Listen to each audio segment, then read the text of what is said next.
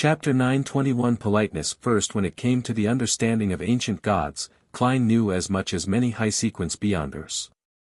After all, he had the City of Silver who had continued on from the second epoch to this day behind him. The corresponding myths that were passed down the ages had left plenty of influence. Based on what he knew, Phoenix ancestor Gregrace was a so-called ancient goddess. Because of the City of Silver's creator, the ancient sun god who eventually ended up being consumed by the kings of angels dealt heavy damage to her. Eventually, she perished towards the end of the second epoch. However, her influence had yet to dissipate to this day. Signs of her existence remained because she was the founder of the underworld. City of the Dead. Unknown soul. Ancient goddess. It sounds very dangerous. Klein looked at the radio transceiver in front of him and fell silent. Tap. Tap. Tap. Another piece of illusory white paper spat out. Apart from that, I'm unsure of the rest. Great Master, I have a suggestion. Would you like to hear it? That's a nice question. Klein reined in his thoughts and nodded gently. Speak. The clacking of the radio transceiver became increasingly brisker as a new line of text quickly appeared on the illusory white paper. Regarding Calderon City, you can ask Red Light Ire Moria. I still have to ask Red Light in the end. Klein nodded slightly and switched to asking, is there any danger if I were to remove Admiral Hell Ludwell's mask? No. A decisive answer appeared before Klein's eyes. That's good, he thought and said, let's end it here for today. Great Master, wise Master, in another 1 or 2 minutes, a gaze will be cast here. Your loyal and humble servant, Barodes, will await your next summoning. Goodbye. The radio transceiver began tapping without any hesitation. Another 1 or 2 minutes. Why didn't you say so earlier? Klein was alarmed as though he was seeing a countdown timer on a bomb. He hurriedly used the altar and material he had yet cleared to set up a sacrificial ritual. He then threw the radio transceiver above the gray fog. After doing all of this and confirming that there weren't any anomalies around him, Klein made Ludwell walk to the side and not face him directly as he took off the silver mask. Gloomy pale white light spewed out, but it wasn't as exaggerated in his battle between Klein and Ludwell. It only enveloped a small region like an extinguishing candle. Meanwhile, as the radio transceiver had been sent above the gray fog, the gloomy, cold feeling that had disappeared in the nearby forest appeared again. Furthermore, it had an indescribable sense of horror that struck at the heart. This reminded Klein of a cemetery and the legendary underworld.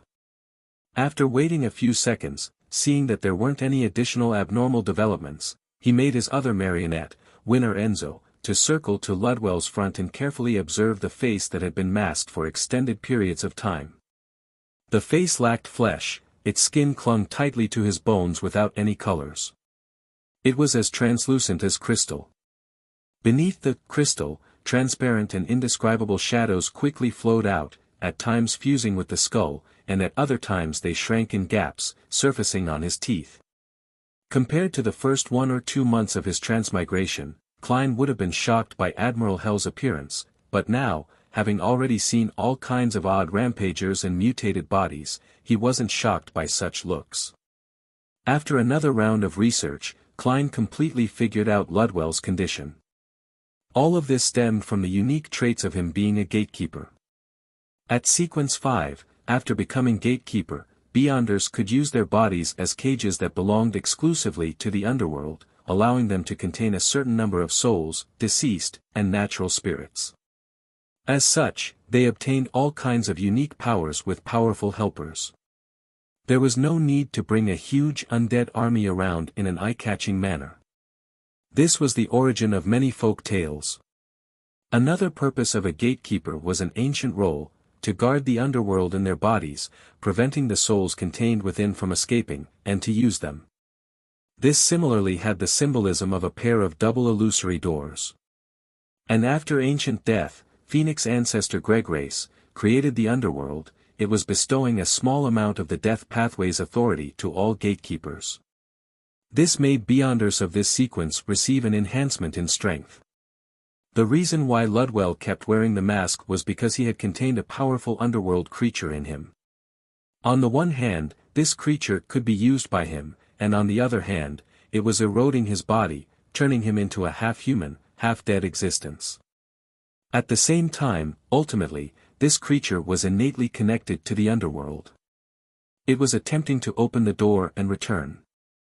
This was a combination of a gatekeeper's own powers and authority, and with the augmentation from Death's Ring, it allowed Admiral Hell Ludwell to enlarge the door to the underworld, allowing him to steer the Black Tulip directly inside. Half-human and half-dead form. No wonder Ludwell dares to enter the underworld. A real living person probably can't survive a second inside. Yes, that underworld creature gives his body some traits of a dead soul, allowing him to extract the spirit bodies of others remotely. I had suffered from that back then. Klein thought in enlightenment as he made Ludwell wear the silver mask again. The mask's purpose was to placate the soul. It allowed the underworld creature in Ludwell's body to be in a relatively calm state most of the time. After resolving his puzzlement, Klein cast his gaze back onto the altar. He wanted to attempt to contact one of the spirit world's 7 lights. In this aspect, there were special secret deed rituals and the corresponding spirit channeling ritual he could choose from. After some consideration, Klein chose the latter. This was because a secret deed ritual required him to open up his mind and spirit, allowing the targeted existence to make contact and thus obtain certain knowledge, strength, help, and a spiritual experience. This also meant that his body's thoughts and secrets were open to that existence. And through the spirit channeling ritual, there were 2 types, direct communication and praying for a soulfall. As the spirit world's 7 lights were extremely lofty existences, Klein couldn't guarantee a response based on the ritual's request. Therefore, although he wished to communicate remotely via spirit channeling, he had to make preparations for a soul fall to show his sincerity. Lighting 3 candles and dripping liquids like mint essential oil, Klein specially took out a paper figurine and placed it on the altar for the vessel for the soul fall. If there wasn't anything similar, the supplicating target would soul fall onto him, just like how Danitz had requested Vice Admiral Iceberg Edwina's soul fall back then. There were also 2 scenarios. First, the possessed body would lose all their senses, and they would have the corresponding existence control a certain part of their body so as to facilitate providing a question and answer. The simplest example was one using the mouth to speak while the other controlled a hand to write. Klein quickly completed the first part of the ritual before he took a step back, opened his mouth, and chanted in ancient Hermes, I summon in my name, I pray to communicate with the inextinguishable light of the spirit world, the embodiment of infinite knowledge, the Red who wields authority and will. The biggest difference between this spirit channeling ritual and ordinary ones was that it couldn't be directed to deities, be it the Evernight goddess or the god of knowledge and wisdom. Their honorific names couldn't appear in the ritual or else it was bound to fail. From a mysticism angle, this meant that the spirit world's 7 lights didn't serve any deity. As the words that facilitated the communication with natural spirits were said, Klein saw the 3 flames burgeon as light splattering sounds connected together as though a door of light was opening.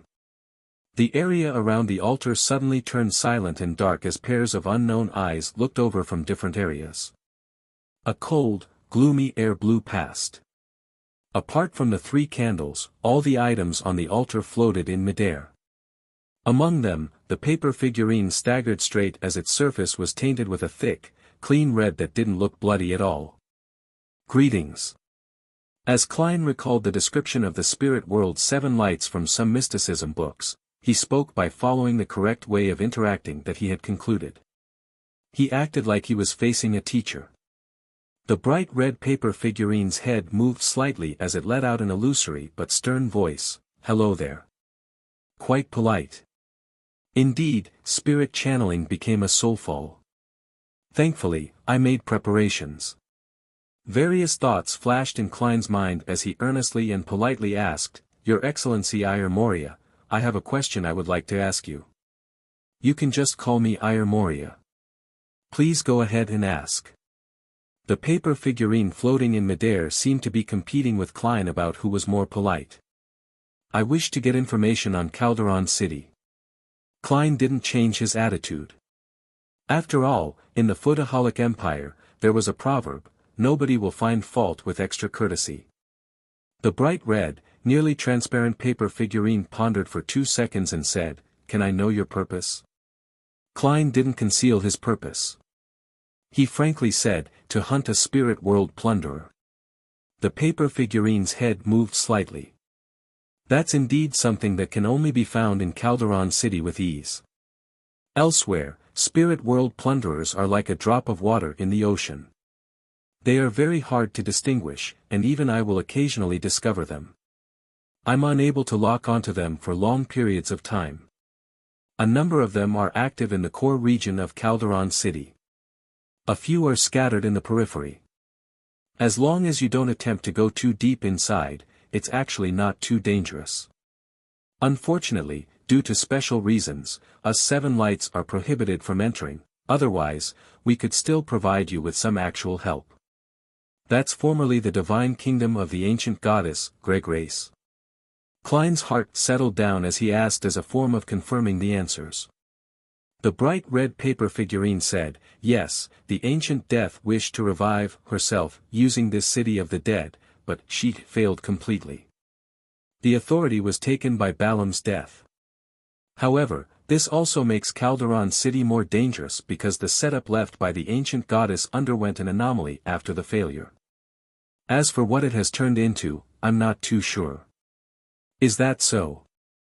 Klein nodded indiscernibly. He raised a few questions about other matters and received a rather satisfactory answer. Biome. Outside a house near the harbor. Alger and Katlia were patiently waiting for the people inside to finish their dinner. Chapter 9:22 Mushrooms and fish. Looking at the lights that emitted out of the oriel window, the hooded and masked Alger was just about to ask about the details of the operation when he suddenly saw a shadow grow out of the rich darkness. It materialized as a lanky, pale, sickly young man. Bloodless Heath Doyle. Alger quickly recognized the man to be the second mate of the future. Heath didn't look at him as he directly said to Katlia, "Captain, they didn't notice anything and turned those mushrooms into cream of mushroom soup. They plan to use the prepared pan-fried fish as tonight's main course." Excellent.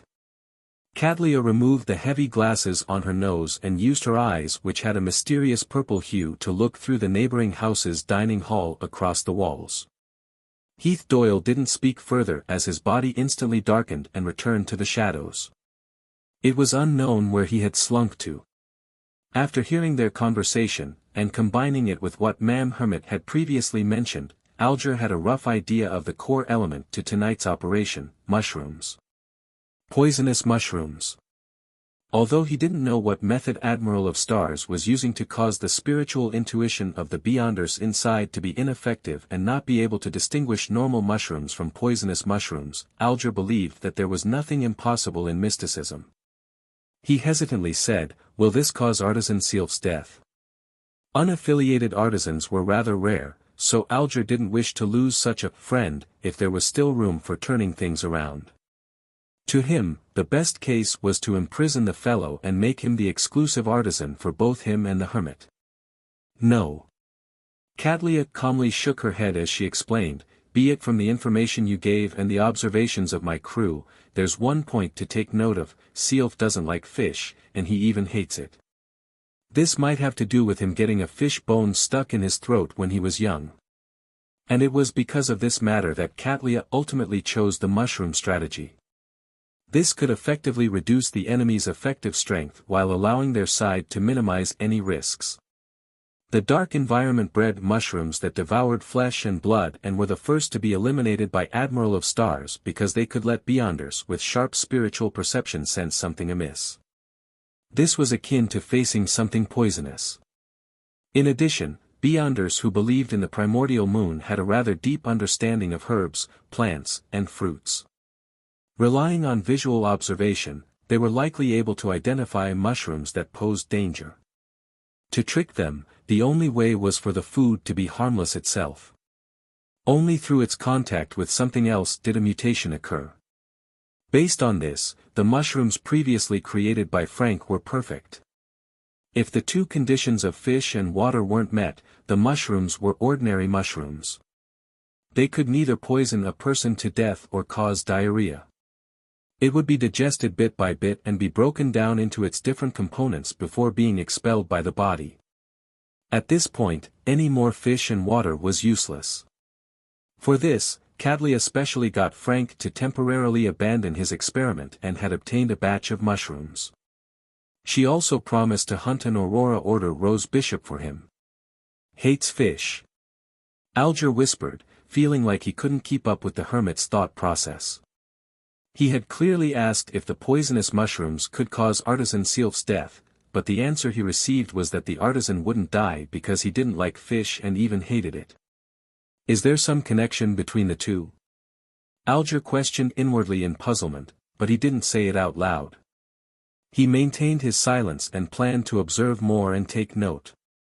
After a while, there were screams from inside the house, followed by pangs of painful grunts and vomiting. Begin, Cadlia issued an order in an abnormally succinct manner.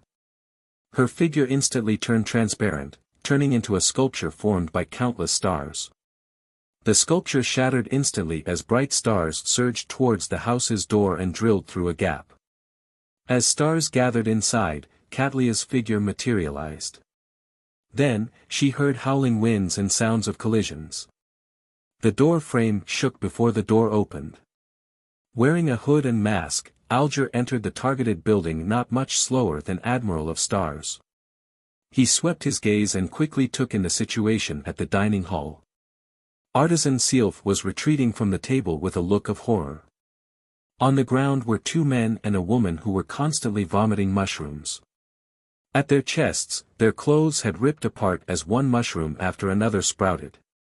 Upon sensing someone enter, they subconsciously looked up, revealing bunches of white spores on their faces. Under his mask, Alger's face involuntarily twitched. Although he was experienced and knowledgeable, and with him being a Beyonder who had his fair share of experience seeing horrifying scenes, such a scene still left a striking visual and mental impact on him. Cadlia had expected it, but she had never expected such a harrowing sight. After a moment of surprise, she held her right hand to her mouth and blew a whistle. Illusory ropes emerged from the ground and coiled around the three primordial moon believers like snakes. Is there a way to stop this? Cadlia said to the shadow in the corner. After a moment of silence, Heath Doyle's voice sounded. Frank said that he hadn't obtained a way to stop it in his experiments. The only way is cremation. Cremation. Cadlia's brows quivered. Immediately, she took out some powder from a pocket and threw them out. The powder seemed to have a life of their own as they accurately landed on the three primitive believers and the various mushrooms. Silently, they burst into scarlet flames and silently burned whatever they touched. Artisan Sealf was already dumbstruck from witnessing the mutation. When someone intruded, he had thought of resisting using his mystical item, but he quickly recognized the intruder to be Admiral of Stars Cadlia. Hence, he wisely gave up and stood in his spot, waiting. He knew that he was of significant value. No matter where he went, he was not someone who would immediately be killed. Furthermore, Admiral of Stars never had any infamy to her name. Worst comes to worst, I'll just have to join the Star Pirates. Besides, this pirate admiral seems to be more beautiful than the bounty notices. She exudes a completely different air. Sealf tugged at his wolf fang necklace and forced a smile, awaiting the intruder to mention her purpose. Cadlia glanced at him and seriously observed his appearance. All she could confirm was that he was a classic example of someone from Intis, but she failed to find any similarities to Queen Mystic. The pirate admiral deliberated and said, I had been introduced by a friend, hoping to get you to create a mystical item, but I later discovered that you were with some primordial moon believers. The three of them aren't too strong and couldn't restrain you at all. Why do you still remain here? In this operation, Cadlia's main hypothetical enemy was actually the artisan himself. This was because she could neither kill him or control him. Furthermore, he still had many well-matched mystical items, making him a powerful enemy. Yet, things developed smoothly to her surprise. Sylph said with a smile, they had strong ones in Biome in the beginning. Using particular floral fragrances and powders, they infected me with a strange ailment, making me increasingly weaker. Cadlia casually sized him up and said, "You have already recovered, so why aren't you taking this opportunity to escape?" Alger stood by the side silently. He didn't say a word, afraid that his voice might betray him. Artisan Sylph chuckled and said, "While I was under their control, they told me that as long as I believed in the primordial moon, I could use certain rituals to treat my chronic illness. I couldn't resist the temptation and tried it, and it really succeeded. I found the feeling of being a man again." Having said that, he came to an abrupt halt, realizing that he had said too much, exposing his secret illness. This is him letting himself go too far when it comes to women, thus, slowly losing his abilities in bed. Alger chuckled inwardly. Sylph looked up and glanced at them. Seeing that no one was mocking him, he coughed slightly and continued, "It wasn't something that relied on medicine. I really recovered my young, virile state. Later, I had 2 dreams of a moon that was bloody and very enticing. I believed that I had already become a believer of the primordial moon, therefore, I didn't dare to escape." Cadlia and Alger silently exchanged gazes, simultaneously passing the death sentence on him. As long as someone truly believed in an evil god, devil, or some other secret existence, unless they were willing to continue in the faith and slowly become crazier, there was no regret. Even if they were protected by official Beyonder factions and didn't suffer any problems for prolonged periods, they might end up strangling themselves in their sleep years later. This was nearly unsalvageable, unless they earned the right to receive the blessings of a grounded angel like a pope of a major church, or if they accepted being isolated by certain sealed artifacts and live underground forever. Of course, under such situations, there were also many who did nothing and managed to live to a ripe old age before dying a natural death. However, they were mostly ordinary people, targets that the evil gods, devils, and hidden existences easily ignored.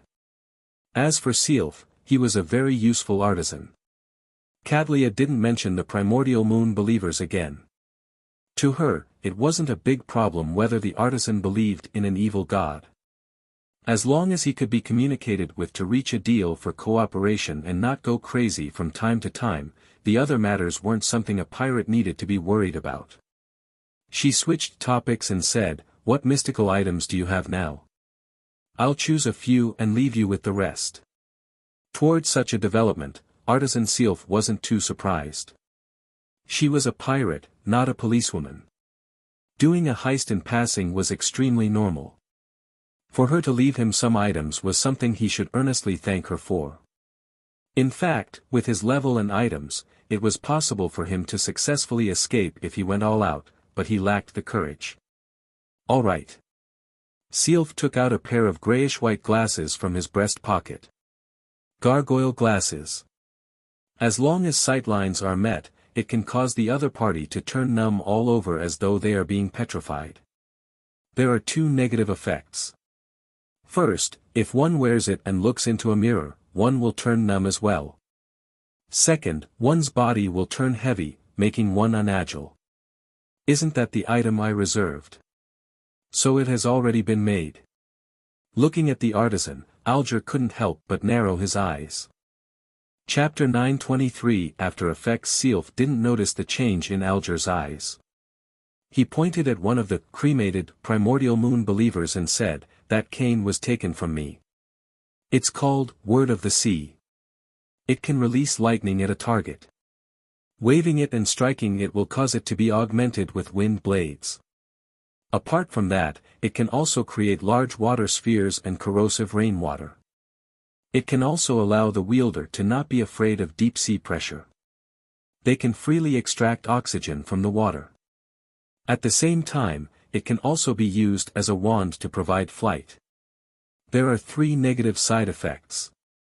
First, it enjoys singing. Every 6 hours, it has to belt out a song. The resulting effects don't discriminate between friend or foe. Due to the different choices of songs and styles, it can make one's mind go adrift or have one's mind and soul shocked, and at other times, cause one to be irascible and be in a state of lowered reason. Of course, even without waiting 6 hours, it will also be very willing to sing if you so desire. Second, you can probably tell that it's equipped with living characteristics. Furthermore, it's one that is rather testy.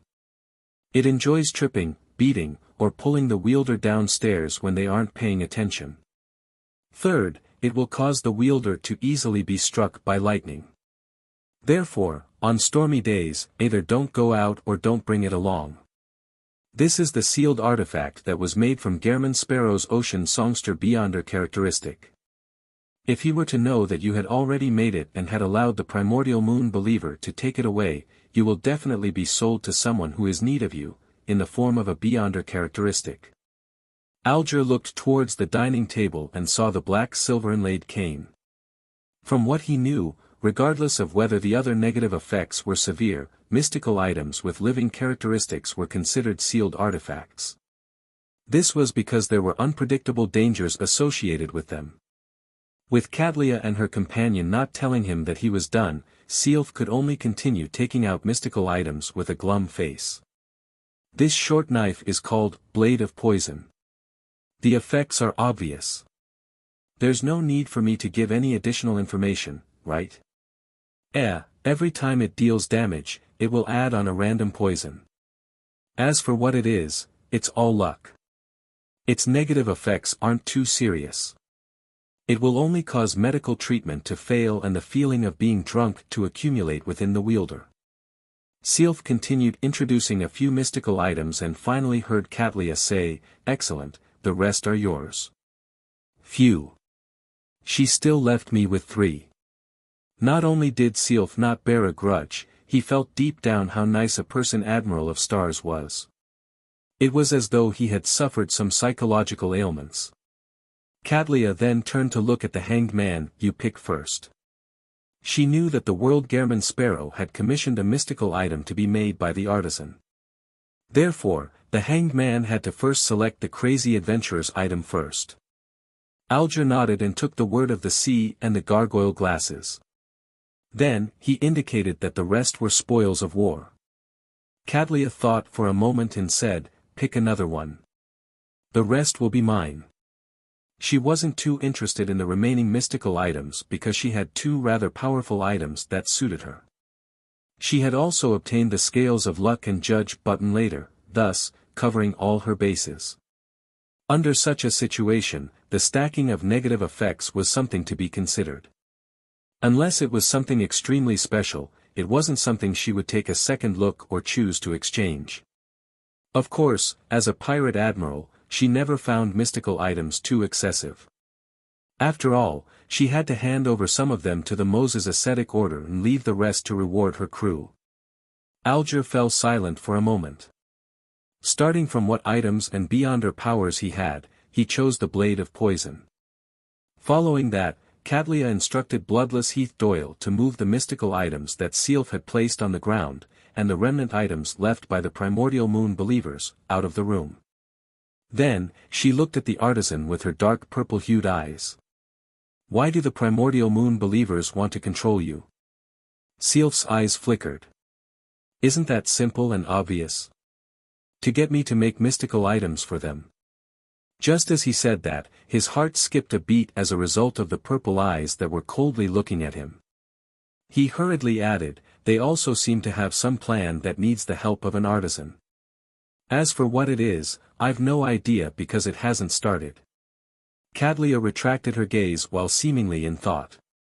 Exchanging a silent look with the hanged man, they nodded simultaneously. They decided not to take away the artisan today and to leave him there to monitor the subsequent developments. In other words, they wanted to figure out the primordial moon believers' plans from monitoring him. Actually, for the hermit and the hanged man, whatever the primordial moon believers were plotting wasn't something they cared about. They just each had matters they were concerned about. The former used it to communicate with Queen Mystic to provide her reference material for her strategies in the supernatural world. The latter could use this matter to earn contribution points from the church, therefore, they had instantly come to a tacit agreement to investigate deeper. Of course, Alger always believed in a principle: the more information he wielded, the more benefits he could obtain from various matters. After a brief silence, Catlia said to Artisan Sealf in the same tone, "Since you're already a primordial moon believer, taking you with me provides me with no benefit." Sealf nodded immediately, agreeing with what she said. Catlia paused for a moment before she said, "However, I wish to establish a long-term working relationship with you. Therefore, I need a few drops of your blood. This will aid me in finding you at any time." Sealf wore a miserable look as his lips quivered, but he was unable to object to it. "Phew." He suddenly exhaled and said, "Okay." With that said, he picked up a paper cutter beside him and sliced his forearm, letting a few drops of blood drip out. Catlia immediately raised her right arm and gently flicked her wrist, causing the few drops of blood to float and fly towards her. After observing the blood in her palm, this pirate admiral suddenly asked, "What's your last name?" "June," Sealf replied instinctively. Catlia didn't say a word as she turned around and walked out the door. Alger followed closely behind. The room quickly turned silent as Sealf sat on the sofa. He sat there motionless for quite a while, as though he was deep in thought over the encounter, being unable to extricate himself from it. 10 minutes later, he suddenly stood up and took out a small human-shaped figurine from his inside pocket. The figurine was brass-colored, and its face was empty. Blood slowly seeped out from it and remained on its surface. Sealf hurriedly wiped the figurine's face with a handkerchief before heaving a sigh of relief.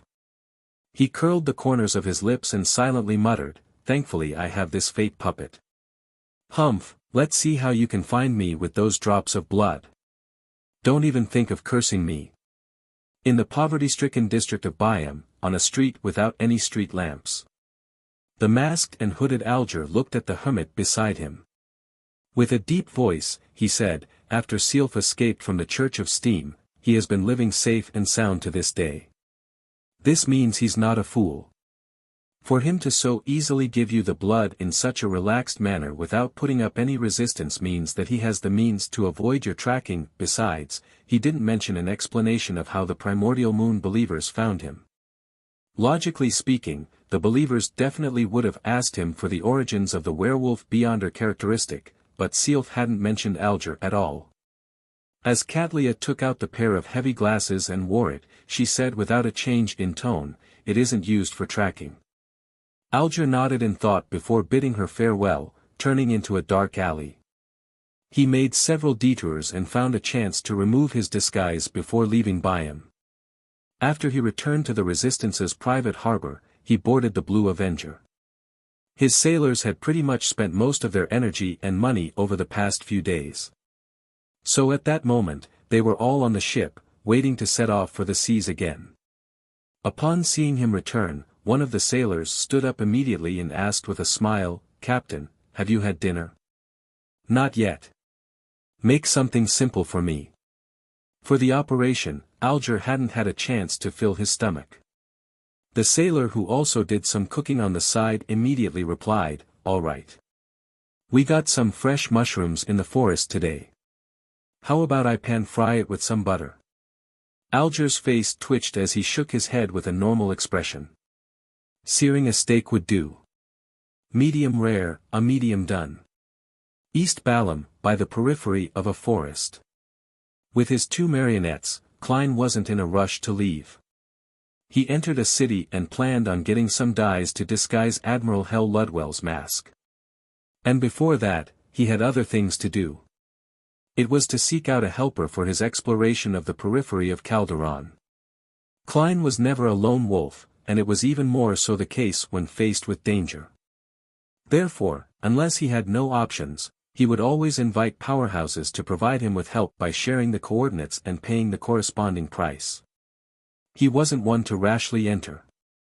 To him, being able to obtain the desired ingredient while alive was most important. "If it wasn't because I know it's impossible, I'd even wish to wait 1 to 2 weeks before I carry a baby or push a pram to head for Calderon. Klein sighed silently as he took out the adventurer's harmonica and blew into it. Silently, Rionette Tinker with her 4 heads in hand walked out of the void. Klein deliberated over his words and said, I plan on exploring Calderon City soon. Well, I've already obtained its coordinates in the spirit world. I'm wondering if I can hire you for your help.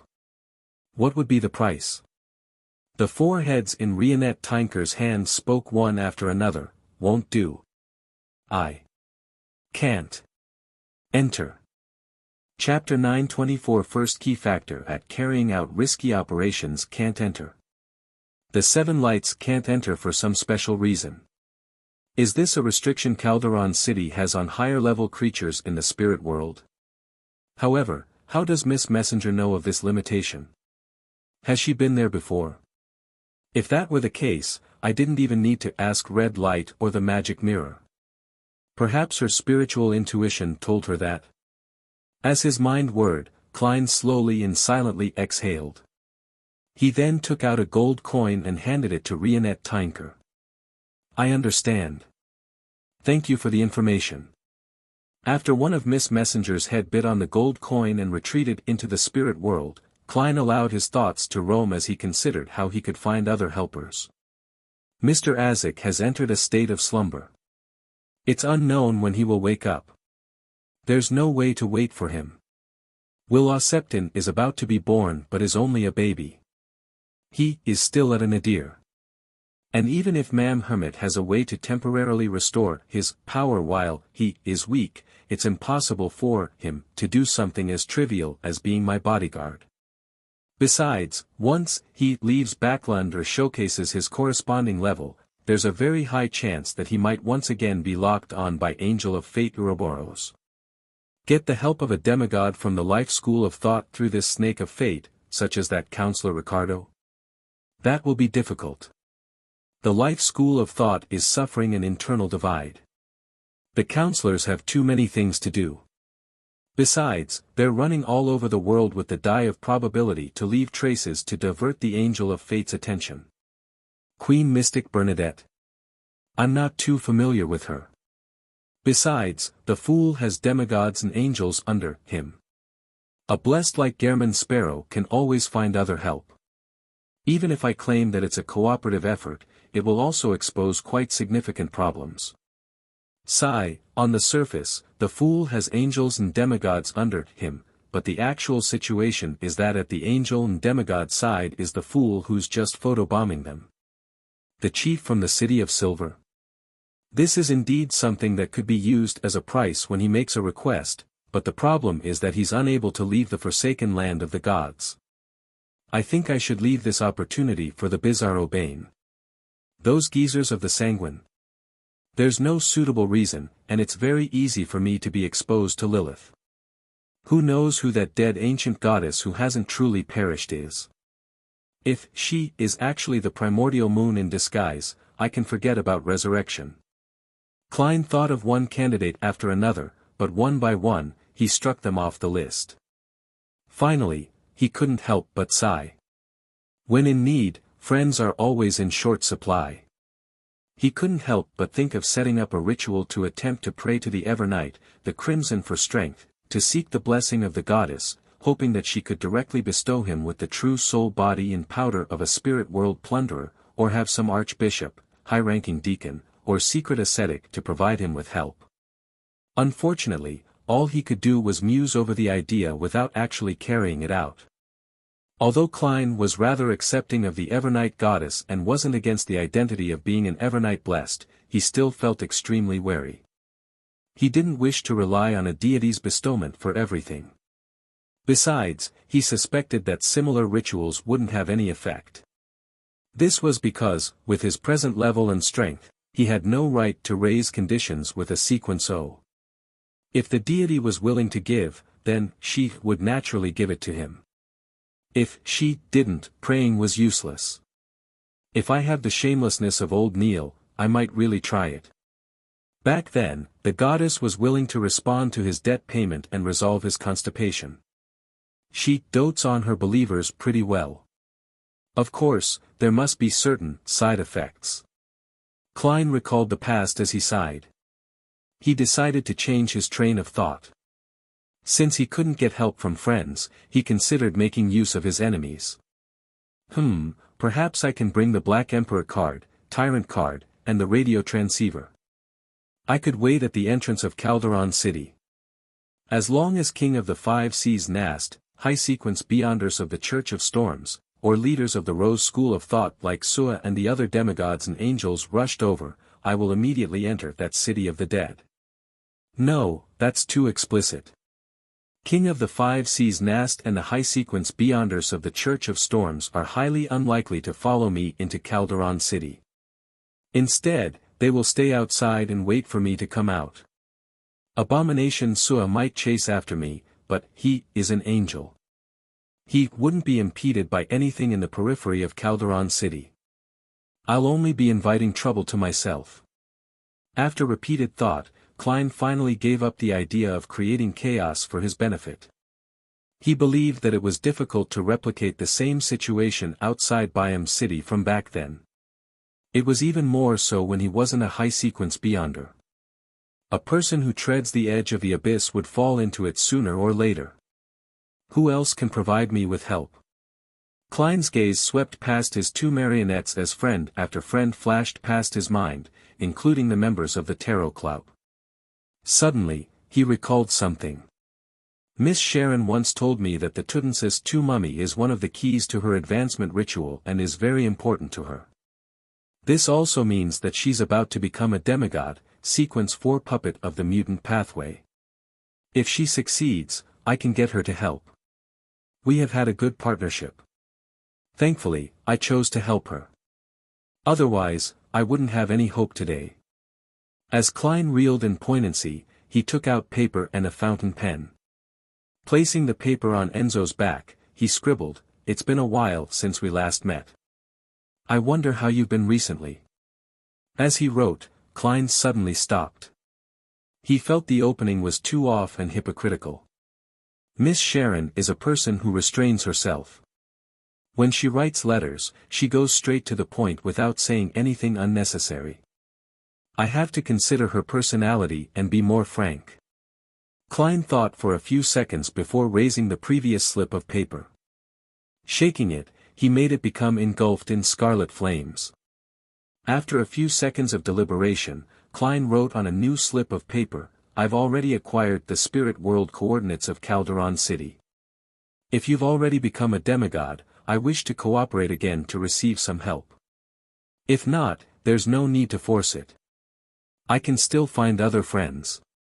Sherlock Moriarty. After folding the slip of paper and addressing it to Ma'am Merriam, Klein took out the adventurer's harmonica again and blew it. Rionette Tynker, in her dark and complicated dress, walked out of the void as though she had never left the vicinity, appearing right in front of him. Klein handed her the folded slip of paper and a gold coin before seriously exhorting her, "Send it to Backlund, Hillston, 126, Guard Street. Throw it directly into the mailbox." "All right," one of Rionette Tynker's head said while another head but on the letter and gold coin. Upon seeing this, Klein pressed, somewhat worried, "You haven't lost the previous map, right? Do you know which borough Hillston Borough is? Do you know where Guard Street is?"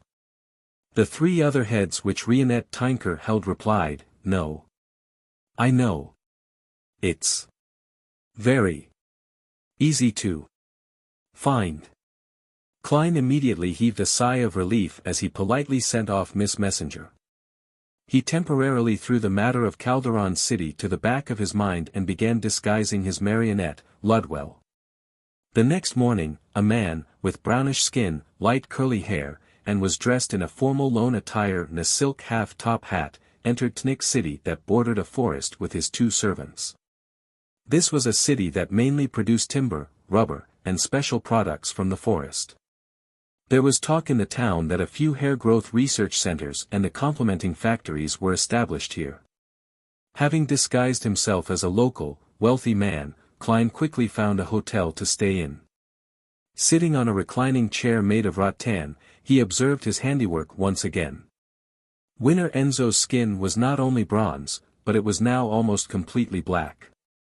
Together with his thin and soft hair, bushy brows, and dark shadowy facial outline, matched with Ballum-styled baggy, creased pants and a black and white top, he looked like a typical example of a local servant that hailed from a particular plantation manor.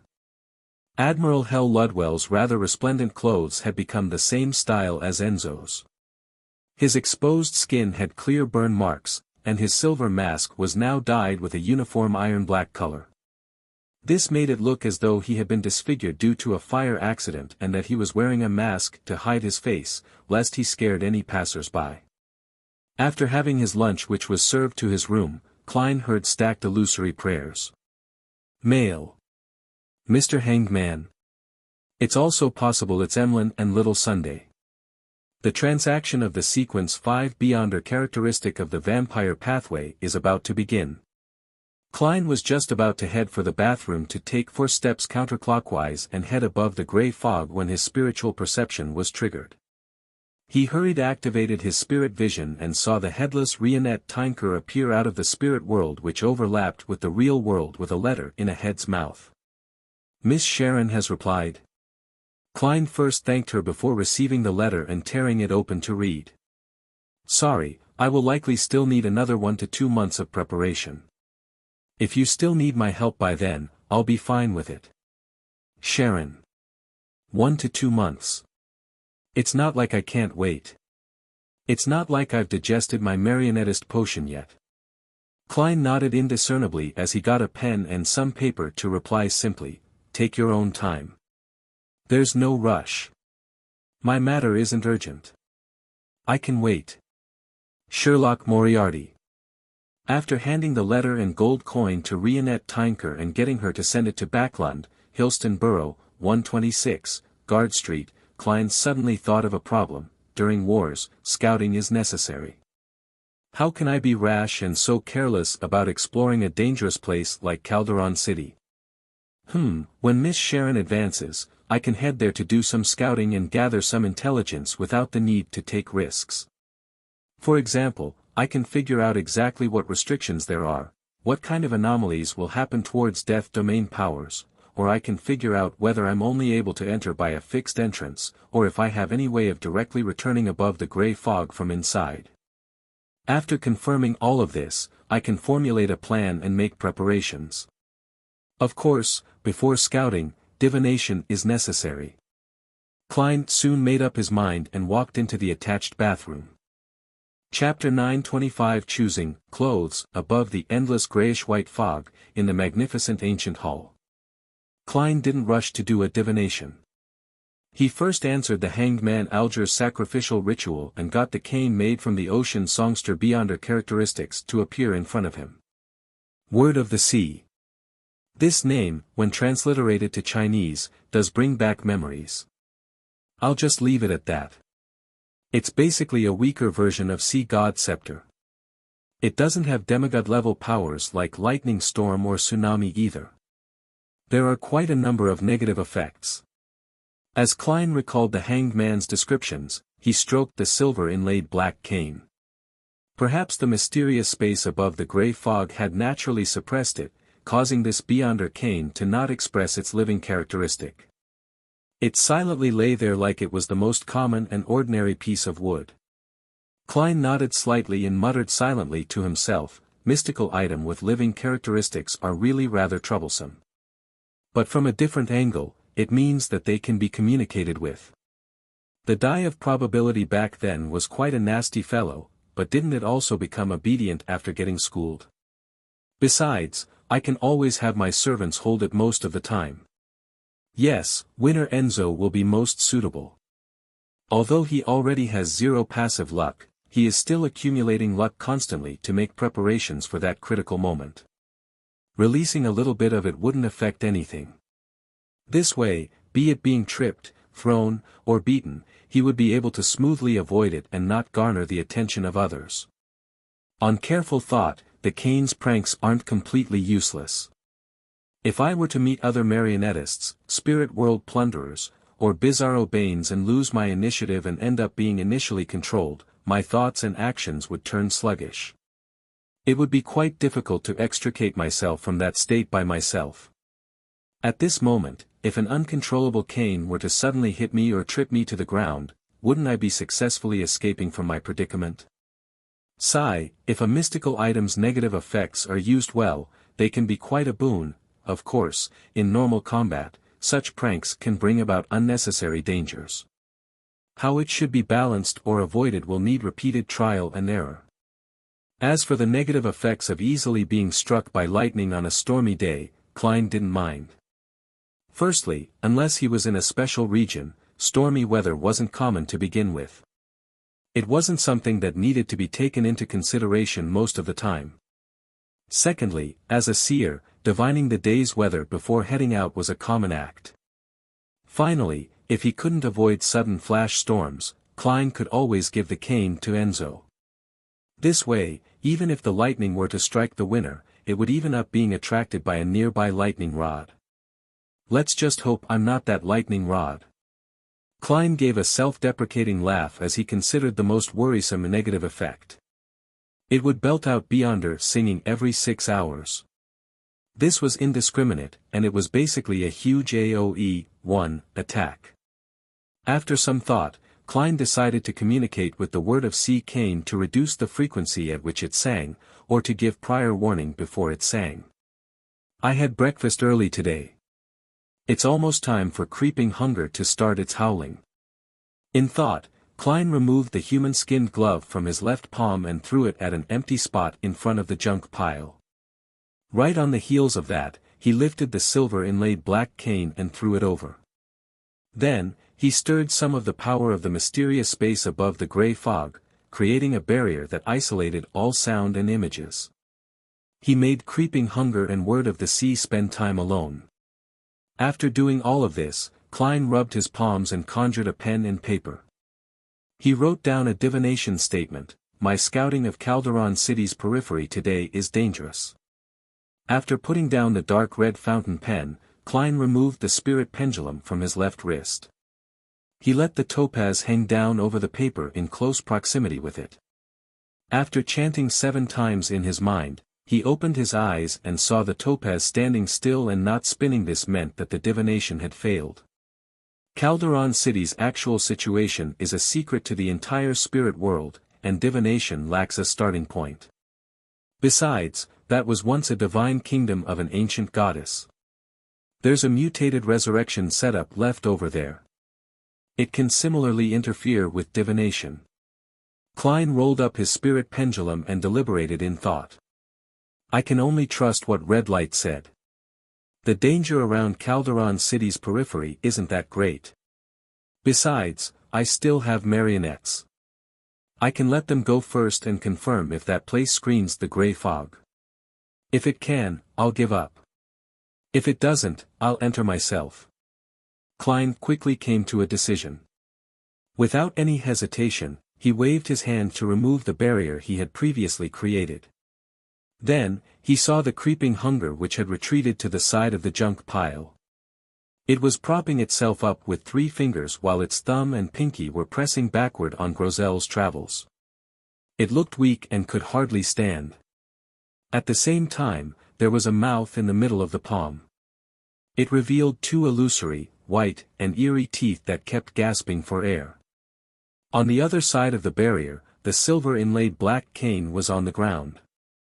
It twitched from time to time as its tip kept oozing with blue transparent water bubbles. Very good, silence at last. Upon seeing this scene, Klein muttered in gratification. Just as he said that, the Word of the Sea suddenly stood up. And as though it was being held, it hopped towards Klein, circling about the fool's seat and dodged elsewhere. Creeping hunger used all its 5 fingers as legs as it chased after the cane with great difficulty. Midway, it collapsed to the ground. Klein watched speechless before letting out a sigh. After fusing with Mr. A, creeping hunger seems to have a living characteristic, but this level of intelligence is way too low. It clearly grazed a wind-blessed and is capable of short-distance flight, yet, it still uses its fingers as legs to chase, after saying that, he turned his head towards the word of the sea cane which was hiding beside him. Aren't you a sequence 5 of the Sailor Pathway? What kind of mystical item are you if you can only hop on one leg? Seriously, are such low-level living characteristics equivalent to babies? No, a particular baby is way smarter than all of you. Klein reprimanded each of them and sighed as he said in amusement, "It's not like I'm a devil." Just as he said that, the glove and cane who were still stirring froze at the same moment. They didn't dare make a sound.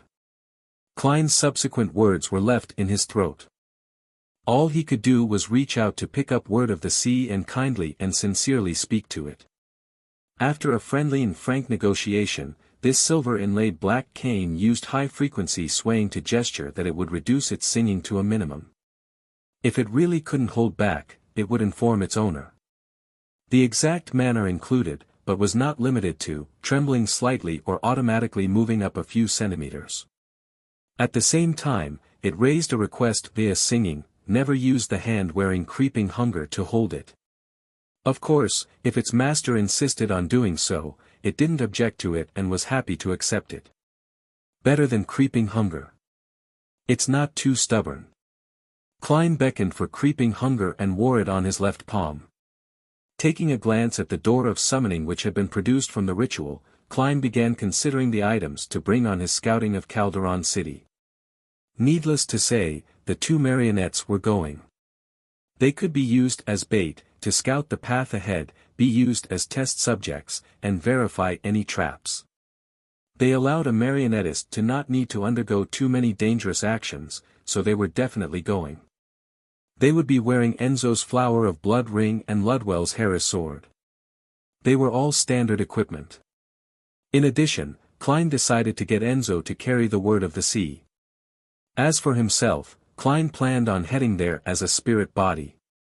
Once anything was amiss, he would immediately end the summoning and return above the gray fog. This way, what clothes he matched was something worth considering. Azek's copper whistle. No, that is related to death, and Calderon City belongs to ancient death. There's a small possibility that this might create a terrifying anomaly, causing the danger in the core region to automatically come out. Black Emperor card or the Tyrant card? I'll be moving about the spirit world. The two marionettes are basically dead. I'm not afraid that they have their blood extracted. Ludwell is a half-human, half-dead entity. He doesn't have blood to speak of. The value of Enzo's blood only makes him appear human most of the time. And this could be recovered by using Flower of Blood. It also means that I can bring the Sea God Scepter to Calderon City. It's a place that's deep in the spirit world. It's far from the Rorstad archipelago, so I don't have to worry about being affected by the believers' prayers. The only problem is that I'll become irascible and short-tempered. It will be easy for me to become hot-headed. This is taboo when it comes to exploring. However, this is easily resolved. I'll leave it with Enzo or Ludwell. Besides, the Tyrant card's level is very high. It can produce a suppression effect to a certain degree on the Sea God Scepter, preventing me from easily flaring up. With the combination of the Tyrant card and the Sea God Scepter, I'm equivalent to half a sequence 4.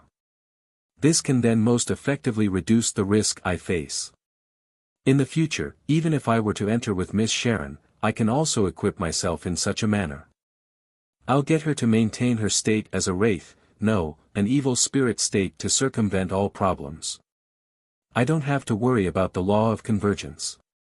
If Calderon City can screen the gray fog, I'll return after taking a look from the outside. No one will lock onto me or pursue me. After all, the spirit world isn't the home ground of the Sailor Pathway.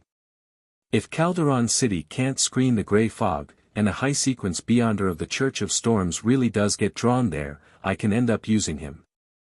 Amidst his thoughts, Klein suddenly reached out his hand, attracting the Tyrant card to fall into his palm. Immediately after that, he fused the card of blasphemy into his soul body. Suddenly, extreme might and terrifying auras emanated from the fool's location. A heavy papal tiara silently appeared on Klein's head as his clothes turned into a religious robe. The latter was similar in dressing as a pope from Saint Seiya, Knights of the Zodiac, which he had seen in his previous life. However, the colors were dark blue that was almost black. As howling wind sounded, the pontiff robe flared up suddenly as Klein raised his right hand and suspended himself in midair before catching the white bone scepter that flew towards him. At the tip of the scepter, the gems emitted either blinding silver or blue light like bolts of lightning that circled around the tyrant. With a thud, the word of the sea cane prostrated to the ground, right beside Klein, who was wielding the scepter and dressed like a pontiff. 1. Area of effect. Chapter 926 Spiraling City. I really do feel a little irascible, but I'm not that quick-tempered. Wearing the papal tiara and dark blue robes while wielding the sea god scepter, Klein seriously observed his new state. This meant that the tyrant card could suppress the negative effects of the sea god scepter to a certain extent, but it wasn't able to completely eliminate it. Using cogitation, Klein composed himself and turned to look at the junk pile in the corner. Grozel's Travels. This is my strongest defensive item to this day. Besides, it also has some magical uses, but the problem is that it was made by another ancient god, Dragon of Imagination Ankwelt. Based on what Little Sun said, this Dragon King was once allies with the owner of Calderon City Ancient Death, Phoenix ancestor Gregrace. Who knows if this book would trigger any unnecessary developments. To be safe, it's best if I don't bring it. And just like Azek's copper whistle, the mutated paper figurine can't be included. It has the remnant aura of artificial death. This might have a shock and awe effect when exploring Calderon City, but it also contains plenty of latent risks. The Priest of Light Beyonder characteristic. This can effectively restrain dead spirits, a natural nemesis for the City of the Dead, but it's only an ingredient that hasn't been made into a mystical item. The effects it has is rather limited. The negative effects are extremely bad. It won't be helpful to my soul state. In addition, lightning can also purify the dead. With the sea god scepter and word of the sea, there's no need for me to bring the Priest of Light Beyonder characteristic. Thoughts flashed across Klein's mind as he eliminated the remaining items in the junk pile. He wore the human-skinned glove on his left hand, wielded sea god scepter, and raised his right hand slightly. He made word of the sea fly up and land in his palm. Following that, the papal-dressed Klein changed the appearance of his soul. He hid his facial features within the shadows of the papal tiara. He slowly stood up as the dark blue robes fluttered in the wind, the white bone scepter dazzling. With just one step, Tyrant Klein passed through the door of summoning and walked out of the candlelight, arriving in the real world. He found himself in the rather spacious bathroom. After adding the fate siphon charm and death knell into his body, he opened the door and returned to the living room. He got Enzo to come over to receive word of the sea. After some thought, Klein took out death knell and handed it to Admiral Hell Ludwell. After doing all of this, he brought his two marionettes and relied on traveling to head for the coordinates in the spirit world that were provided by Miss Magician. The trip happened rather smoothly. The tyrant aura made all kinds of strange spirit world creatures not dare to approach him while en route. They didn't even dare look at him directly. Before long, Klein arrived at his destination. The scene in front of him looked no different from anywhere else in the spirit world. The saturated colors were overlapped, and there was some thin fog emanating everywhere. Elsewhere, in the depths, pairs of eyes moved away one after another.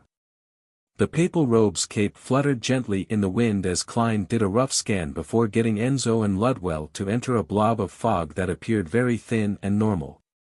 Suddenly, his field of vision widened with the help of his two marionettes. A grand city that was of legendary proportions appeared in his eyes. This city was abnormal. It didn't develop in a vertical manner, but instead spiraled deep into the ground. It gave one the feeling of an inverted mausoleum. Its buildings had a myriad of styles, but they were equally strange. Some of them had towering pale white rock columns with a huge single house carved out at the top. Some were long and squarish, with the doors placed at the ceiling with no windows in sight. Some were built in the ground, a tombstone erected at their entrances. Some were built with white bones, messy and scattered. The closer it was to the bottom of the pit, the more completely preserved the buildings were. The closer they were to the top, the more collapsed areas there were, ones filled with the dilapidation and rot that time brought. Klein made his two marionettes stop. Despite standing at the edge of the city and overlooking everything, he was unable to identify what was at the bottom of the building. Deep darkness enveloped the area as though no light had been shown inside for thousands and thousands of years. After a brief observation, Enzo lowered his head and chanted using ancient Hermes, "The fool that doesn't belong to this era. The mysterious ruler above the gray fog. The king of yellow and black who wields good luck." Just as he finished the statement, Klein, who was still situated outside Calderon City, heard stacked illusory pleas. He also recognized it to be from a man with a deliberately hoarse voice. "It's the marionette's prayer from before." Klein heaved a sigh of relief as he silently muttered, "This means that Calderon City doesn't screen out the gray fog. At the very least, the outer periphery doesn't. I can enter." Although he said that to himself, he was in no way in a hurry. He subsequently controlled Ludwell to raise his left palm and spread it open. Illusory light was suddenly emitted. Following that, with a point as its origin, the area imploded, forming a pair of double bronze doors. This door was slightly blurry and extremely incorporeal. The surface was covered with countless mysterious patterns that gave one the feeling of indescribable heaviness and silence. With a creak, the mysterious bronze door shifted backward and cracked open a little. Through this crack, Klein saw the deepest and heaviest darkness. Amidst the darkness, pale white colors stirred, swirling up at times and descending at other times. It was like a river that was gushing through a night devoid of light. On its two sides, pale white stone columns appeared, looking extremely identical to Calderon City's interior but in a more exaggerated manner. At this moment, pairs of transparent eyes and indescribable faces suddenly appeared. They filled the illusory bronze door's crack. Eagerly trying to pass through, Klein's eyes felt a slight stabbing pain as he immediately made Ludwell clench his left palm. Thud. The illusory door, covered in mysterious patterns, was pushed by an invisible force as it closed, disappearing from Enzo's sight. This mysterious door that separates life from death and leads to the underworld has apparently changed its course. It's no longer the underworld behind the door, but the core region of Calderon City. The deepest point at the bottom of the pit? Wearing the papal tiara while wielding the sea god scepter, Klein nodded in thought. This way, many of the powers of the death domain was remade in Calderon City, causing an anomaly. With this knowledge in mind, Klein once again got Ludwell to raise his left arm. The left part of this marionette's body rapidly turned illusory as dark green specks appeared as though he had turned into a wraith or specter. His arm began to stop abiding by the laws of reality as it suddenly extended into the distance. The center of its palm was abnormally white with an illusory face protruding from it.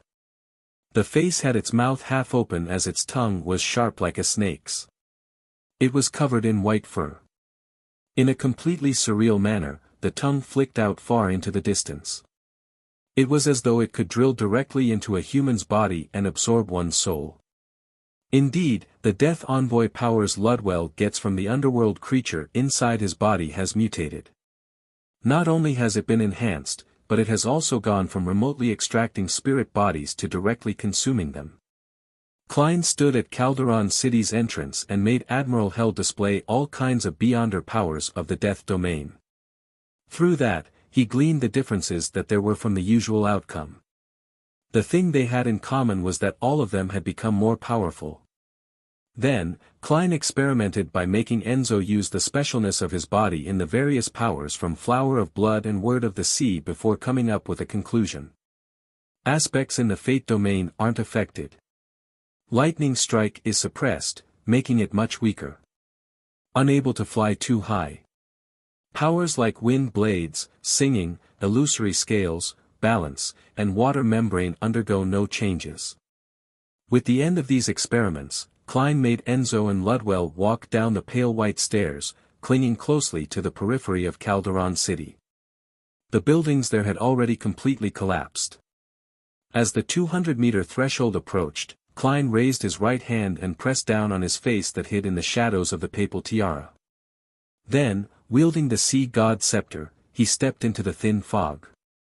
His mind instantly felt a little groggy as the scene before him changed. He had already entered the city of the dead, Calderon City. Enduring the irascible feelings within him, Klein made his left glove turn dark. His body turned illusory as it was tainted by a dark color, turning him into a shadow. Only the sea god's scepter in his hand continued emitting silver or blue beams of light. Using the soul's screening and the tyrant card suppression to hide the light, Klein floated diagonally ahead, slinking into the shadows of the collapsed buildings. He followed closely behind the two marionettes, beginning to perform an initial inspection of Calderon City's outer region. As he traversed the area, Klein gradually noticed something amiss. It was too quiet. It was so quiet that it was as though the entire city was dead. Even bugs had failed to survive. Based on what Erodes and Red Light Ire Moria had said, Phoenix ancestor Gregrace had uprooted Calderon City and thrown it deep into the spirit world. Before doing so, the residents inside the city were allowed to leave. Occasionally, there would be other spirit world creatures entering. But now, not only were there no active creatures in the peripheral region, there weren't even skeletons, zombies, or even one or two non-bone-like buildings. Klein tensed up more and more. With Enzo's and Ludwell's vision, he carefully observed his surroundings. During this process, his gaze swept across a broken pale white column. The ancient but damaged building at the top had a disc burnished from gold inside. The disc's smooth surface reflected a figure, but it wasn't Enzo, but Klein in his papal tiara and dark blue robe. This Klein had a gloomy demeanor. His face was pale and his eyes were listless as though he had long been dead. Chapter 9:27 Tyrants might hiding in the shadows, Klein's heart tightened. He then quickly calmed down without showing any signs of horror. This was because he was extremely certain that the reflection on the golden disk's smooth surface wasn't him, at least, it wasn't the real him. If it really was him, Enzo would have seen the grey fog, seeing magical scenes that resembled a mythical creature form. This would have caused Klein to faint immediately. Since I'm completely fine, it means that the reflection isn't of me. Klein activated his spirit body thread's vision, controlled Enzo, and raised word of the sea. He approached the pale white collapsed column and the ancient building which remained in shambles while secretly releasing some of his luck. The swarthy marionette approached the golden disc one step at a time. Bending his back and raising the cane, he carefully observed the area. The disc had two layers, an inner and outer layer. The core region was as smooth as a mirror with very few patterns. The boundaries were engraved with bird-like creatures. Its entirety had an ancient magnificence to it. The figure it reflected remained the same. Despite reflecting Enzo, it reflected the gloomy, pale Klein with listless eyes. Even the sea god scepter, the papal tiara and papal robe that came with the tyrant card weren't missing. If it wasn't because of the lack of the grey fog, Klein definitely would have imagined that the disc could influence himself through a marionette and spirit body threads. Or perhaps it would be like what the Saint of Darkness back at the ruins of the Battle of Gods had encountered, having himself dissociate without realizing it. What does this actually mean? Klein calmly grew out of the shadows, restoring his appearance back when he first stepped into Calderon City. Then, using his beyonder powers as a clown, he produced his present state in his mind. Holding the white bone scepter with embedded blue gems, he wore a caped papal robe with a papal tiara with different gems dotting it. His face was hidden in the shadows, appearing somewhat blurry. His entire body exhibited a gloomy and cadaveric air, as though he was a zombie that was recently dug out. Klein was alarmed. He never expected to really experience such changes. Apart from the grey fogs mixing with reality, the reflection on the golden disc really was him. Something that it doesn't involve the grey fog, it isn't anything to worry too much about, he hurriedly consoled himself as he calmed his mental state. Normally, with Klein's rich experience and good ability to adapt, there was nothing he needed to do at the moment. But first, considering how he was holding the sea god's scepter that easily made him rash, he needed to pay constant attention. Second, he knew that this was once Phoenix ancestor Grigrace's divine kingdom which contained the setup required for her revival. There was bound to be all kinds of abnormalities. Therefore, he was more nervous than ever before. Getting Ludwell to return, he used his Beyonder powers to do a thorough inspection of himself before gaining a preliminary understanding. When living creatures enter Calderon City, they will naturally transform into the deceased. This is similar to the underworld, but there's a fundamental difference. Here, living creatures won't die an abrupt death before slowly turning into mindless undead creatures, instead, they will directly turn into dead spirits. I didn't notice it before because Enzo and Ludwell are essentially dead, so there's no need for them to be converted. Erodes and Red Light Ire Moria didn't mention this because the travelers, spirit world creatures, and angels automatically recovered after leaving alive. This kind of transformation is unable to affect the powers of the grey fog that fuses with reality. And the disc reflects the dead me, not all of me, or the me that has had some interaction with Calderon. Klein was more inclined to believe in the latter, but he wasn't too sure. At this moment, he heard a sound coming from nearby. Clang! Clang! Clang! The sound was heavy but crisp, as though someone was striking metal heavily. Klein wasn't in a hurry to react. He carefully listened for 2 seconds before letting Enzo put down the heavy golden disc and walk towards a nearby broken tombstone. The halved tombstone corresponded to a building that developed further underground. On top of it were the words written with the language of the dead, a quick-tempered fellow, one who died as a result of comparing which was harder, his head or someone else's hammer. Enzo circled around the damaged tombstone and arrived at the entrance to the tomb. He reached out his left hand and turned the knob, pulling open the door. Amidst the rough grinding sounds of rust, the heavy door slowly opened. So. Pale white beams of arrow-like light flew out. They brushed past Enzo's face, the top of his head, torso, and inner thighs and flew into the distance, stabbing into the ground before vanishing. However, Winner Enzo was completely unharmed. I have to say that such a marionette is excellent for dangerous explorations. Klein sighed inwardly as he made Enzo cast his gaze down the building. It was a blacksmith giant with bluish-black skin and a head that looked like a ruptured watermelon held onto a hammer as he kept striking an anvil, but there was nothing on it. As the giant with the cracked head had normal spirit body threads and wasn't the sole avatar of someone else, Klein secretly heaved a sigh of relief. Just as he was about to get Enzo to take a more thorough look, his body suddenly turned numb as his thoughts turned sluggish. This feeling was something he had felt before. Back in Tingen, he had been in a similar state when he was under sealed artifact 2-049's influence. Klein didn't know better back then, but after becoming a marionettist, he knew that this meant that his spirit body threads had been controlled by the sealed artifact. This also meant that someone was controlling his spirit body threads. Furthermore, the difference from before was that, not only were his joints rusting, as though someone had infused glue into them, he also felt a strong numbness as if he had been struck by lightning. It made his actions become harder. No good. It's the spirit world plunderer. I was guarded against its use of soul avatar. It distracted me, and secretly approached, but I never expected that it not only had a soul avatar, but it also has a partner. That giant blacksmith made me careless. And the marionette's existence made me ignore my own safety. Various thoughts emerged in Klein's mind involuntarily as it disrupted his normal thoughts of trying to save himself.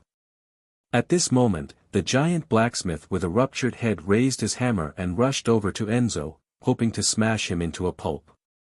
And by Klein's neck, there was a cold wind blowing at it, pricking his hair up one by one. The surroundings were abnormally silent before, but now, all kinds of strange creatures emerged from the pale white stone column, run-down houses, and the tombstone's tomb. Some of them only had half a body. Others were transparent and nearly invisible. Some were stretched and soft like noodles. Some had a ruptured chest with bloody innards. Some had dark green faces that resembled that of an evil spirit.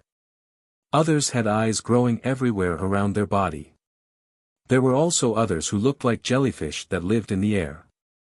Countless gazes were cast onto Klein from different areas. They were without any feelings, just indifferent. At this moment, Klein opened his mouth with great difficulty as he said a word slowly, "Sing." Just as he said that, the glove on his left palm opened its mouth, revealing its white teeth, "Praise you. The Lord that created everything, the Lord who reigns behind the curtain of shadows, the degenerated nature of all living things."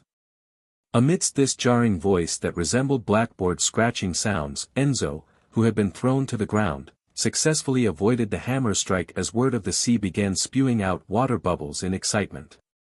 "Break! Break! Break!" Klein suddenly felt his head ache as his ability to think was instantly recovered, no longer having disconnected thoughts for a brief moment. However, his body remained rusted as his body was filled with numbness. Following that, he relied on his spirituality while motionless, controlling Ludwell, who had returned to his side, to punch him with his left fist. Bang! Klein staggered back, instantly extricating himself from the numb and sluggish state. Then, wearing the papal tiara, he became hot-headed as he spread his papal cape and raised sea god scepter.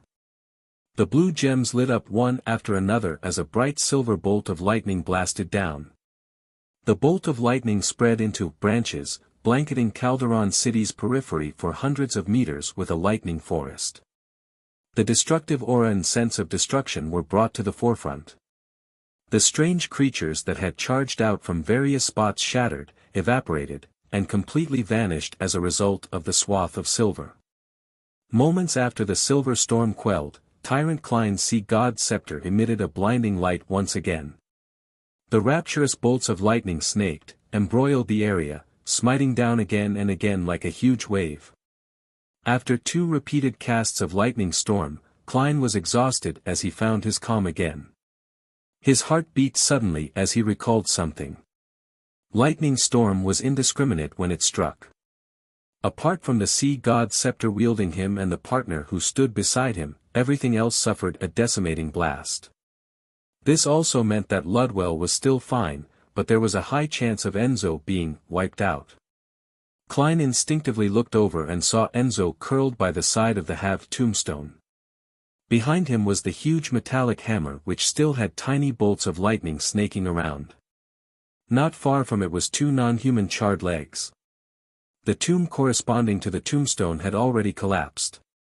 The iron-black tiles that landed on the ground still had remnant silver bolts of lightning sizzling away. As expected of a winner. He didn't even die despite such an onslaught. The amount of luck he accumulated has probably been passively expended. Klein felt relieved as he activated his spirit-body thread's vision to observe his surroundings. He was searching for the spirit world plunderer. He believed that the range of a spirit world plunderer's controlling of spirit body threads couldn't match that of a lightning storm. The already dilapidated buildings had nearly been leveled. The remaining stone pieces and bones were mostly charred black.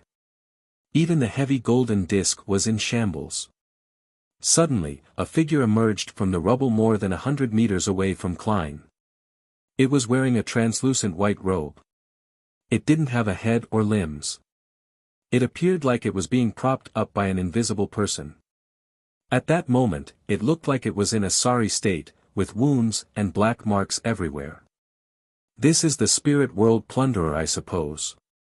My rash usage of 2 lightning storms seems to have restrained it.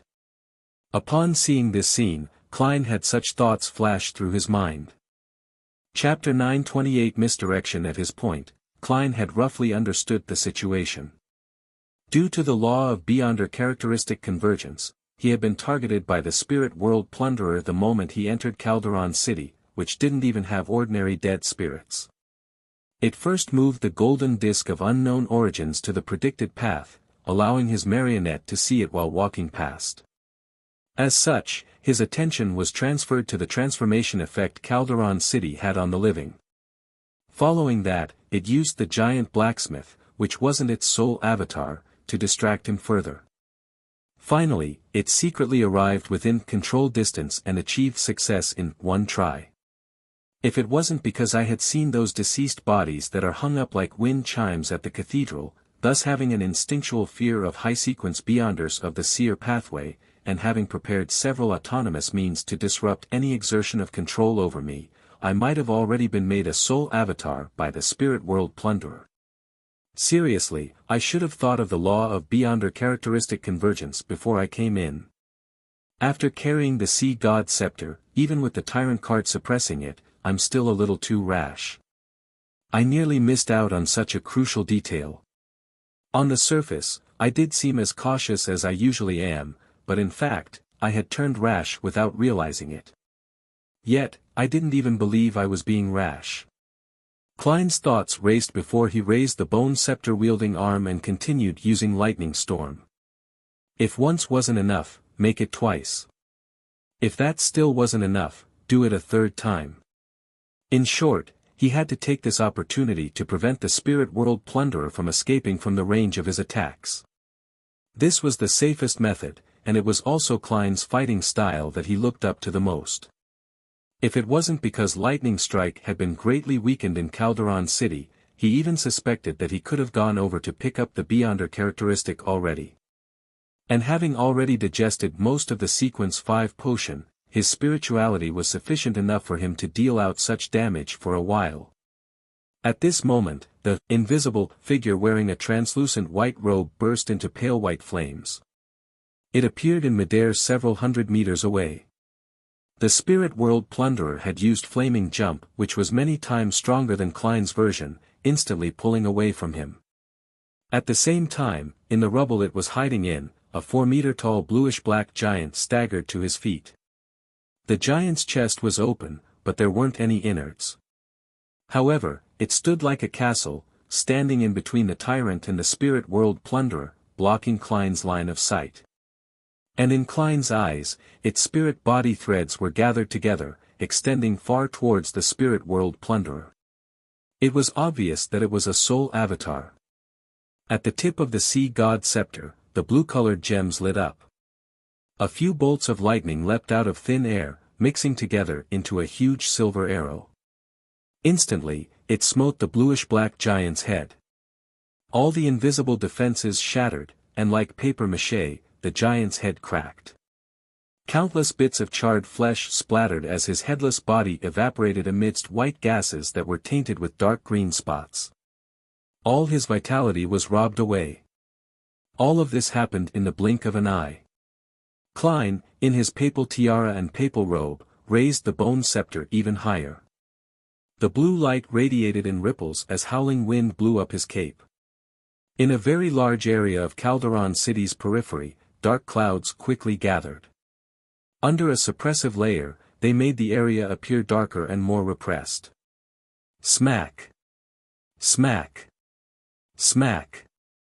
Bean-sized drops of water smashed to the ground, releasing dust that had accumulated over time. Splash! The raindrops pattered at an increasing pace, forming a catastrophic storm. The water extinguished the pale white flames and formed a stream that gushed downwards towards the lowest point of the city, right for the end of the deep pit. In such weather, Klein's flaming jump had been made ineffective, but it was likewise for the spirit world plunderer. However, to a tyrant, his spirituality could spread through the dark clouds as though he had transformed into a deity that overlooked the land. Every dark cloud, every drop of water had become Klein's eyes. They allowed him to easily find the spirit world plunderer in every area that had its weather change. This invisible figure with the translucent white robe was hiding behind a broken pale white column. It hadn't left the periphery for the core region. Boom! A deafening boom sounded as bolts of lightning meshed to form a silver beam that shot out from the dark clouds, right at the spirit world plunderer. Relying on its potent spiritual premonition, the invisible figure burrowed into the ground half a second early. 3 thick silver beams smote the area one after another, melting the soil away as they sank downwards, producing charred craters. The spirit world plunderer emerged from another spot as it hurriedly dodged, keeping to the right at times and left at other times, as though it was carrying out a snaking dodge maneuver. However, regardless of where it fled to, the silver beams would chase up to it. They even blocked its path ahead of time, preventing it from attempting to leave the stormy region. Boom! Boom! Boom! The deity akin to a tyrant, who looked down from the dark clouds at the spirit world plunderer, waved his scepter and struck down again and again at his target, with success barely eluding him several times. Klein turned more and more anxious, eager to immediately end the hunt. Hence, he unreservedly triggered the sea god scepter to increase the frequency at which bolts of lightning struck down. Suddenly, he felt a strong sense of exhaustion.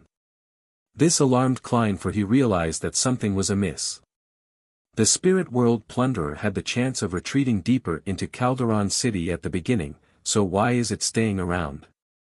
It's clearly a spirit world creature without a physical body. It can burrow underground to avoid the lightning and a tyrant's notice, so why is it circling around from time to time? It's trying to make me attack. It has noticed that I'm not a demigod through my spirit body threads and my control over my marionettes. It wishes to drain me of my spirituality. Klein was alarmed. Combining it with his original encounter, he came to a realization of how intelligent the spirit world plunderer was. It was a rather crafty creature. At the same time, he also thought of a problem: could lightning storm and the stormy rain attract the notice of dangerous existences in the core region of Calderon City? I'm too rash. I keep neglecting the critical details. As thoughts flashed through his mind, Klein put away the sea god scepter. The heavy storm stopped as the dark clouds quickly scattered, the weather restoring to normal. Klein made Enzo return to his side with word of the sea, and he got Ludwell to protect him in the middle.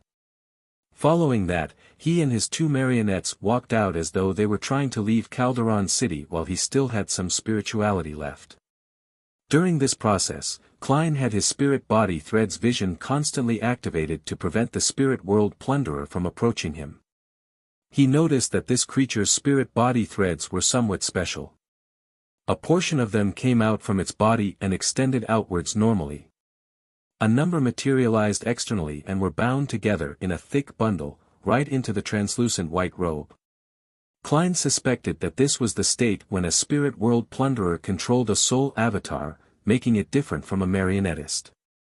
As he shifted his gaze, he suddenly saw thin black illusory threads coming out from a collapsed house. A portion of them gathered into a thick bunch with its source in the distance. Klein didn't hesitate to raise his sea god scepter, creating a sonorous thunderclap. Boom! Amidst this sound that struck awe into one's mind and spirit, Ludwell suddenly raised his left hand. Half his body instantly turned illusory as his arm extended out extensively, heading straight for the collapsed house. Midway, his palm turned abnormally pale white. An illusory face protruded out and stuck out with a snake-like tongue which had white fur covering its surface. The tongue reached out far, penetrating the wall and stabbing at the spot where the spirit body threads were gathered. It immediately sucked on a distorted and blurry soul. Around the soul, a number of spirit body threads suddenly disappeared as though they never existed. A portion of them was none other than the gathered bundle, the ones that came from afar. They were fake. The spirit world plunderer was able to create fake, illusory spirit world plunderers or instantly swap location between the soul avatar and itself. Klein suddenly turned his head and looked elsewhere. Indeed, he saw a blob of spirit body threads swim over from underground at a fast speed. He once again used Sea God's scepter, releasing a thunderclap close to the ground, one that could awe his spirit body. Meanwhile, Enzo expended some of his remaining luck, adding bad luck to the target. Then, he shot out a silver bolt of lightning from the tip of the word of the sea. The bolt of lightning rather luckily passed through a crack and entered the ground, striking the assailant directly. It caused a portion of the spirit body threads to instantly vanish. It was also fake. Just as Klein reacted, his thoughts paused and his body turned numb. Just as he opened his mouth with great difficulty to instruct the mystical item, the invisible figure in the translucent robe descended from above, landing right before him. The spirit world plunderer had been hiding high in the sky, cloaking itself with the grayish-white clouds. The moment this invisible figure appeared, maggots began crawling out of its collar where its head should be. They were maggots with strange patterns covering them. Just one look at them sent his mind reeling. Although he broke out of the control of his spirit body threads, he also lost his ability to think. His face that was shadowed by the papal tiara began to grow meat tendrils. Each tendril was relatively transparent, like squirming worms. If it wasn't for the tyrant card's level supporting him, he would have fallen to the ground while struggling in pain. The spirit world plunderer had a mythical creature form to a certain extent. At this moment, the invisible figure inside the white robe began to control Klein's spirit body threads without any obstacles in the way. In a few seconds, it was already close to succeeding. Seeing that its prey was about to become its sole avatar, the spirit world plunderer suddenly saw its target open his mouth with great difficulty and say a word. He had recovered from the state of nearly losing control faster than it had anticipated. And the word was in ancient Hermes, fate. It was the incantation for the fate siphon charm. If Klein really wanted to leave, he would have grabbed his two marionettes and directly ended the summoning to return above the grey fog. He wouldn't have walked to Calderon City's entrance. He was planting a trap for the spirit world plunderer. The reason why he could recover so quickly from the injuries dealt to him by a mythical creature form, and why he was able to chant the relevant word, was because he had experienced such situations too many times. Besides, although he wasn't sure what method his opponent was using, there was definitely a rather well-rounded way to deal with it, make his target unlucky.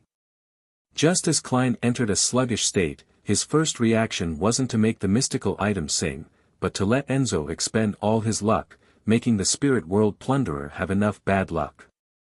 Chapter 929 True Soul Body, Fate. As the dragged-out and abstruse ancient Hermes term resounded, the spots where the spirit world plunderer and Klein stood suddenly darkened. It wasn't very obvious, as though a cloud had drifted over in midair without stopping.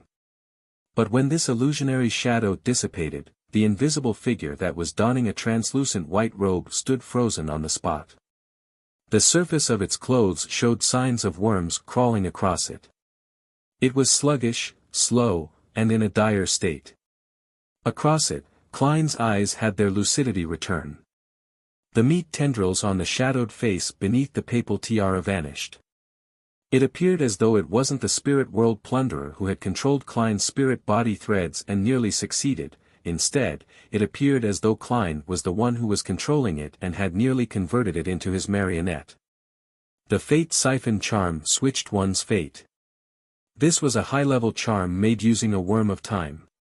It could siphon off the target's subsequent fate, and in a short period of time, burden it with that of the target's, so as to complete an exchanging of fates. Therefore Klein and the spirit world plunderer situations had switched. One went from death to survival, while the other went from victory to instant despair. After confirming that the spirit world plunderer was intelligent and extremely difficult to deal with, making it difficult to hunt it, Klein began putting on an act of retreating. He appeared rash as he deliberately walked into the spirit world plunderer's control, enticing its actions, ready to use the fate siphon charm at the critical moment. That way, what terrible acts the spirit world plunderer did to its enemy, the charm would then allow it to experience the same despair. Of course, if the fate siphon charm didn't have the expected effect, or if the spirit world plunderer's main soul didn't appear and had ended up using other means to control the situation, Klein still had his last trick up his sleeve to protect himself, directly end the summoning and return above the grey fog. He would sacrifice his 2 marionettes and a few mystical items in order to ensure his own safety. Without the time to marvel at how magical the Fate Siphon charm was, or how terrifying angels from the Marauder pathway were, Klein didn't hesitate to raise the Sea God scepter high up before the swapping of fates ended. The dark blue papal robe flared up with the wind as the golden papal tiara emitted meshed blue and silver beams of light. At the tip of the white bone scepter, it shot out bolts of lightning that gathered into a ball before landing on the spirit world plunderer's body. A swath of silver color brightened up immediately, inundating the target, turning the surroundings white. Once, twice, thrice.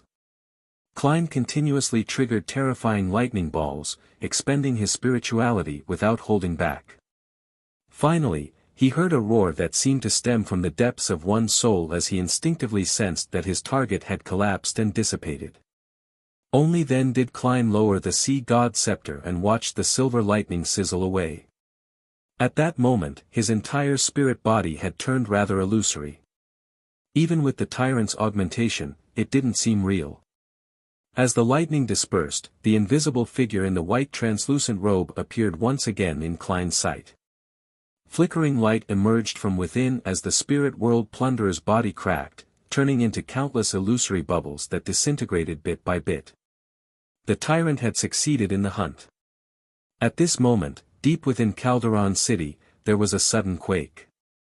It was as though a massive creature had awoken as a result of the spirit world plunderer's death, or that countless dangerous creatures were surging out. The indescribable feeling combined into a swath of illusory grayish-white and, like a tidal wave, rose up from the bottom. Other spirit world plunderers? No, it appears to be a more terrifying and horrible creature. A being that the spirit world plunderer attends to. Also, in Calderon City's core region, at the end of the deep pit, it's still as silent as ever. There's no sound at all, making it more horrifying. Klein pumped himself up as he diverted some attention in order to monitor the situation inside Calderon City as he anxiously waited for the spirit world plunderer's characteristic to appear to form an ingredient. He wasn't relishing in the delight of a successful hunt but was pacing about anxiously at the edge of the abyss. During this process, Klein got Enzo and Ludwell to stay close to him. He threw the Sea God scepter to the former so as to escape the state of irascibility. He began considering how to deal with the subsequent development with a clear mind, as well as consider whether he had missed out on some other details. As the thoughts flashed in his mind, Klein suddenly recalled something. Back when he made the mystical items sing, Creeping Hunger had praised the true creator and had used his complete honorific name. Although the human-skinned glove had used Hermes instead of ancient Hermes or other languages that could stir the powers of nature, the former was still usable when it came to sacrifices. This also meant that the true creator might have very well heard Creeping Hunger's praises and noticed the commotion here. Apart from the rising grayish-white tide and the terrifying creature deep down in the city, there are other dangers. Wait, I'm now a spirit body, equivalent to a wraith. I'm not in my normal state. Just as Klein's mind thought of something, his spiritual perception was triggered as he instinctively cast his gaze at the entrance to Calderon City. The lights there flickered as a figure entered. The figure was wearing a simple and ordinary linen robe with a head of silver hair. He was a handsome man with soft facial features. His eyes were gentle with some hints of coldness. It was as though he was observing the fates of everyone in the world like a spectator. Behind him, there were beams forming illusory layers of pure wings. They spread outwards, blocking the entire entrance. Ili Klein nearly hissed through the gaps in his teeth as a series of titles and names flashed across his mind: Ouroboros, Tail Devourer, Angel of Fate, King of Angels. He didn't have the luxury of time to consider the possibility of his previous thought. His body expanded as though it was incorporeal, enveloping his marionettes, Enzo and Ludwell, the yet-to-appear characteristic, and the spirit world plunderer's remnant bubbles within. At this moment, Ouroboros's silver eyes already had the distant figure in his sights. It was a figure wearing a papal tiara and a dark blue robe, exuding extreme oppression and tyranny. There was a grayish-white fog that had been blurred by the tyrant's aura. A river of flickering light appeared in his eyes, seeming to circle the tyrant figure and the periphery of Calderon City. Silently, the square houses and the pale white columns stood up again despite being destroyed by the lightning storm from before. The charred legs of the giant blacksmith once again possessed a body as he appeared inside the tomb, striking at the anvil. All of this returned to what it was like shortly after the tyrant stepped in. However, Klein in his pontiff attire had vanished. His two marionettes along with the remnant bubbles of the spirit world plunderer had vanished as well. The corresponding figure was unable to return as the rebooted scene shattered, turning back to the desolate state after the battle. Tail Devourer Ouroboros watched silently for a long while before making a move. The grayish-white swath that rose up from the depth of Calderon City slowly receded back down. Above the gray fog, Klein slumped in the high-back chair of the fool in exhaustion. He wasn't even able to get Enzo and Ludwell to massage him. He had already thrown the sea god scepter back to the junk pile. The tyrant card had left his soul body and was placed facing down beside the Black Emperor card. The spirit world plunderer's bubbles were floating ahead, with the Beyonder characteristic constantly seeping out before combining with the points of light. After resting for a while, Klein saw grayish-white powder fall onto the model table's surface. Following that was a transparent item that seemed weightless. The item was the size of a palm, formed by coiled maggots. It was almost shaped like a human, and its interior was filled with a colorless liquid. Bubbles often emerged, scattering black hints of light. Klein didn't dare to look at it carefully, as there was a more complicated structure in the weightless transparent object. They formed indescribable patterns and symbols that seemed to fuse knowledge, power, transformation, secrets, bizarreness, and madness within, making them no longer abstract. This made Klein feel very dizzy. His mind was even on the verge of breaking down, with his soul almost losing control. This is likely the true soul of the spirit world plunderer. I have the corresponding powder as well. There's about 70 grams, more than I needed. It's more than I expected. Klein nodded indiscernibly and stored the powder into a box. Together with the true soul body, he threw them on the junk pile and covered it with the gray fog. After completing this, he raised his hand to rub his temples and made a self-deprecating remark. If it wasn't for the sea god scepter, I probably would have had to leave Calderon City due to the assault of the spirit world plunderer.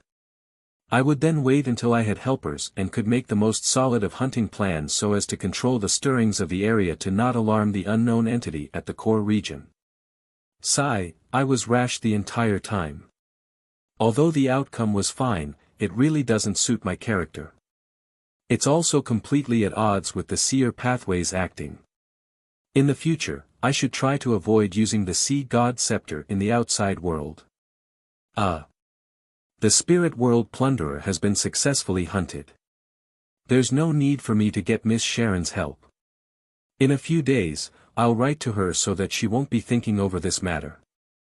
However, I have a premonition that I'll still be heading to Calderon City in the future. When that happens, perhaps I might still need Miss Sharon's help. In addition, I have to seek out information on Bizarro Baines. I can't put all my hope on the City of Silver. Amidst his thoughts, Klein directly returned to his body, without bringing his marionettes. He ended the ritual and headed straight for bed, falling asleep the moment his head hit the pillow. Escaped? Soest looked at the man opposite him and asked Daily Simone, who was carrying out a spirit channeling. They had just finished their operation and had captured a few numinous episcopate members. However, the key personnel the intel pointed at, Hand of White Palenque to Siblius, wasn't at the secret gathering point. He was a Sequence 4 demigod, therefore, not only had the Red Gloves team used a Grade 1 sealed artifact, they had even requested Goddesses Ilya's help. However, it was all futile. Daily Simone nodded. Yes. She then looked at the captive, suddenly speaking with an ethereal voice. Where did Palenque to Siblius go? He said he was going to meet someone, the numinous episcopate member answered slowly. Who is that person? Daily Simone pressed. Leonard Mitchell and company also cast their gazes over. The man who was being spirit-channeled answered with an unperturbed voice, "In Sanguil." Chapter 9:30 Former Organization, In Sanguil.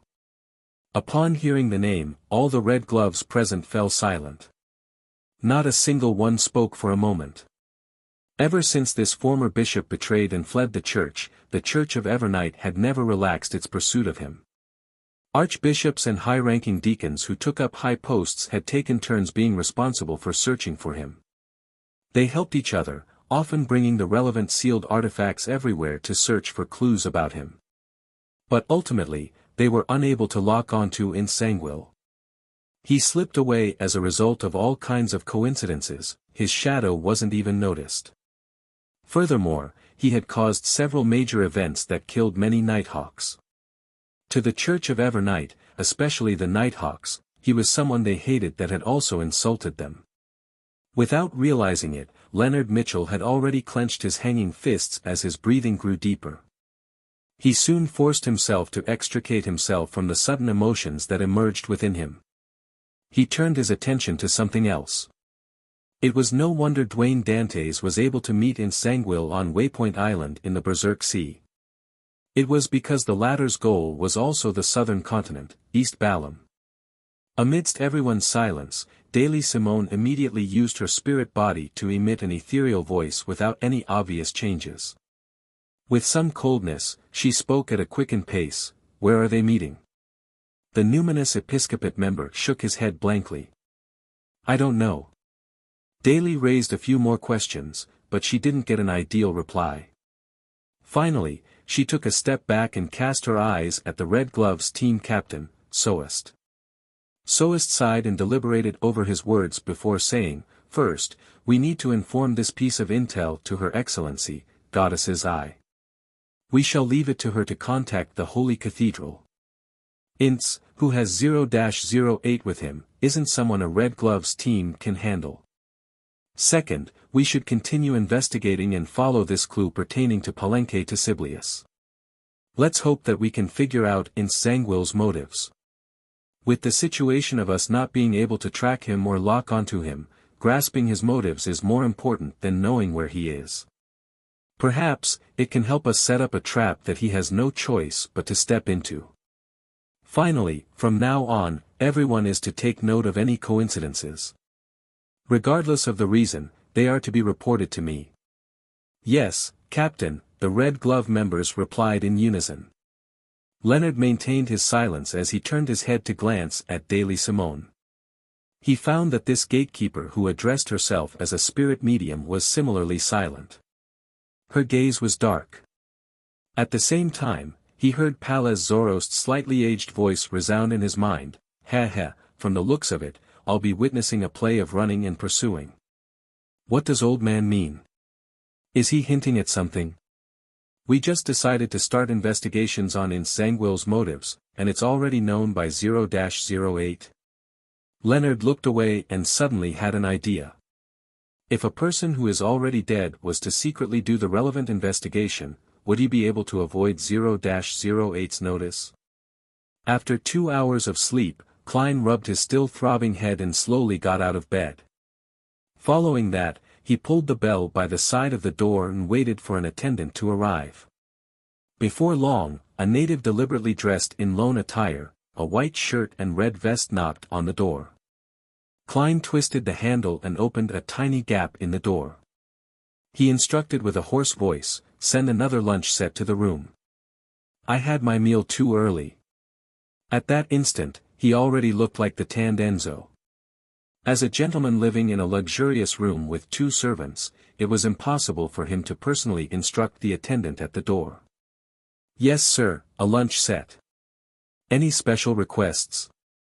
The native attendant took out some paper and a pen and began recording as he asked with a rather strange Loanese accent. Klein used an equally odd Loanese accent. "With braised meat as the main dish, match it with a cup of sparkling wine with ice and lemon." "Do I include 2 servant meals?" the native attendant asked, following the usual procedure. Klein was silent for 2 seconds before saying, "Yes." After ending the conversation, he closed the door and quickly set up a ritual, bringing back Enzo and Ludwell from above the grey fog to the real world. As for Creeping Hunger and Word of the Sea, he temporarily left them in the junk pile. One of them was starving, and the other could hardly resist the urge to sing. After Klein controlled the marionettes to clean up his room, a few attendants came to deliver lunch. Soon, the entire room was filled with the sounds of cutlery hitting the plate and a soft chewing sound. After some time, Klein put down his cutlery, picked up his napkin, and wiped his mouth. In satisfaction, he leaned backward and shook his head helplessly. If this continues, I'll really become fat. The two marionettes had already lost the ability to eat, but to conceal that fact, Klein had no choice but to add servant meals. With him unwilling to see food go to waste, he could only try to eat as much as he could. Thankfully I'm a faceless. Klein covered his mouth as he burped before drinking the last bit of sparkling wine. Only at this moment did he feel like he had recovered. He now had the energy to consider the various details of his trip to Calderon City. The Marauder pathway is truly terrifying. Just a charm created from a worm of time is able to achieve such incredulous effects. As a king of angels, it's obvious how terrifying Blasphemer Amon is. Even an avatar isn't easy to deal with. Thankfully, I didn't put on a brave front. I knew to mimic those with experience and directly fled to the southern continent. The true creator places a great importance on me. He directly got Tail Devourer Ouroboros to rush over. This does have a feeling of traveling across time. The angels on ancient murals are just walking out and standing before me. Thankfully, I was still able to directly end the summoning. Just as Klein thought of this, his expression sank as he discovered a serious problem. Ouroboros is a king of angels from the monster pathway. This also meant that he could directly see the uniqueness about him. He could see the grayish-white fog and see the illusory door formed of spherical lights and the transparent and translucent maggots that formed the spherical lights. What does this actually imply? The angel of fate who has survived since the second epoch should know something. And the true creator probably knows more. Could they be able to tell that I'm the master of the mysterious space above the grey fog? Regardless, the importance they place on me will rise. Klein clenched his right fist and put it to order, or Rose Redemption might take. He felt lucky that, be it Rose Redemption or the Aurora Order, they had yet to lock onto any of the fool's believers. However, during the chaotic battle outside Byam, when he was still active as Gehrman Sparrow, he had thrown out the Tinder Glove, which had been corrupted by the true creator, to attempt to attract a saint from the Aurora Order. This might very well have led to the crazy adventurer to enter the suspect list. From the clues extending outward from Gehrman Sparrow, there's Admiral of Stars, Vice Admiral Iceberg, Danitz, and Anderson. All of them will be investigated by the Aurora Order. I have to warn them. Klein slowly exhaled and stood up, prepared to head above the grey fog. From his point of view, the pursuit of Gehrman Sparrow by the military, Church of Storms, Rose School of Thought, and Numinous Episcopate were all different. The true creator's believers were rather crazy and had a king of angels, a leader who was good at prying into the secrets of fate, active in the real world. This way, it didn't matter if Katlia and company were at sea, making it difficult to be locked on. There was still the risk of them being found. Among them, Vice Admiral Iceberg Edwina and the Fog Sea's strongest hunter Anderson weren't people Klein was worried too much about. They knew little, nothing that pointed towards the core problem. Nothing much would happen aside from the need to consider whether the bunch of lunatics of the Aurora Order would employ extreme methods in the interrogation process. West Balam, Northern State. In the Kukua city ruled by May Sanchez. Danitz, who was chewing on roasted meat, paused suddenly. He heard Mr. Fool pass him the warning from Gehrman Sparrow. Be careful of the Numinous Episcopate. Be careful of the Aurora Order, especially the latter. Pay special attention. Also, warn Anderson Hood as well as Edwina Edwards. Be careful of the Numinous Episcopate. Be careful of the Aurora Order. How many has it been? The military, Church of Storms, Church of Evernight, Rose School of Thought. What did Gehrman Sparrow do? Why has he offended so many factions? Dogsh *t. Danet's expression froze before grimacing. He had no idea that the strongest person of the 7 pirate admirals had changed. Opposite him, Anderson put down the knife he used to slice meat, pricked up his brows, and curiously asked, "Have you recalled something?" Danet secretly took a deep breath and asked after some deliberation, "Have you heard of the Aurora Order?" He wasn't sure if Anderson knew. After all, the Aurora Order was a rather secretive organization in the beginning. Its reputation was later built up in the Lone Kingdom. Anderson chuckled. "I'm actually more surprised that you know of them. Did your captain tell you?" Without waiting for Danetz to answer, he combed his short hair with his finger and continued, "They believe that the Creator is omnipresent. Everything has godhood. They believe that life is nothing but a spiritual journey.